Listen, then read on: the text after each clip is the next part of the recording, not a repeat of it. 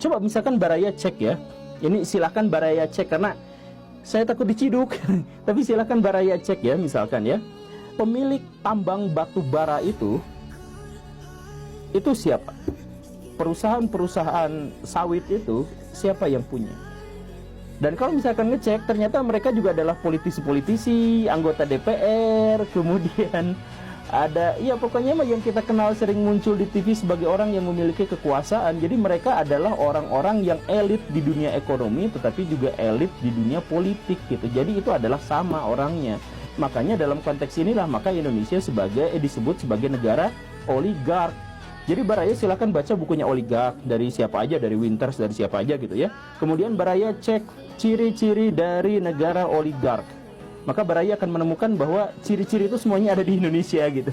Jadi diantaranya adalah bahwa misalkan orang-orang yang sangat berkuasa itu juga ternyata adalah orang-orang yang menjadi pelaku ekonomi di bidang apa gitu. Jadi dia konglomerat tapi juga penguasa gitu. Atau misalkan si penguasa itu bukan pelaku ekonomi berskala besar, tapi dia disponsori oleh orang-orang berskala besar. Jadi dia misalkan jadi ketua partai politik. Nah itu si donatur dari partai-partai politik itu, coba cek siapa itu orang-orang yang sangat-sangat tajir melintir gitu. Jadi kalau misalkan sebuah negara sudah dikuasai oleh pemerintahan dan pemerintahan itu dikuasai oleh oligark, ya sudah habis. Oligark itu artinya dia hanya berkuasa untuk kepentingan dirinya sendiri, untuk memperkaya dirinya sendiri, untuk menjalankan bisnisnya sendiri. Maka terjadilah seperti yang di Kalimantan. Dia ngambil batu bara untuk kepentingan dirinya sendiri, demi duitnya sendiri, demi apa-apanya sendiri.